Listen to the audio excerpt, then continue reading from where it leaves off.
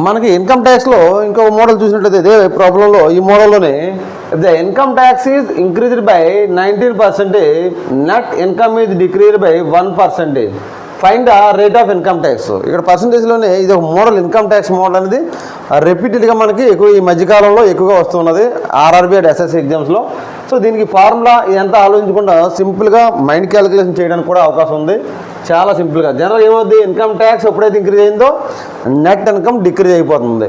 కాబట్టి మనకి బడ్జెట్లో కూడా మనకు అదే వస్తుంది.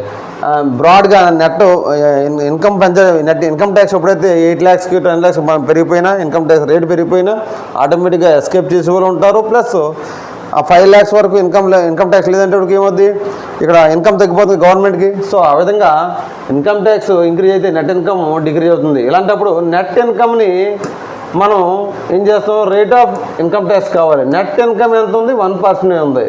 ఇన్కమ్ ట్యాక్స్ ఎంత ఉంది, 19% ఇంక్రీజ్ అయింది. కాబట్టి రేట్ ఆఫ్ ఇన్కమ్ ట్యాక్స్ అంటే నెట్ ఇన్కమ్ 1% ఉంది కదా, దాన్ని న్యూమరేటర్లో వేయండి 1. అండ్ ఇన్కమ్ ట్యాక్స్ ఎంత 19 ప్లస్ ఈ ఇన్కమ్ ఎంత 1 అంతే.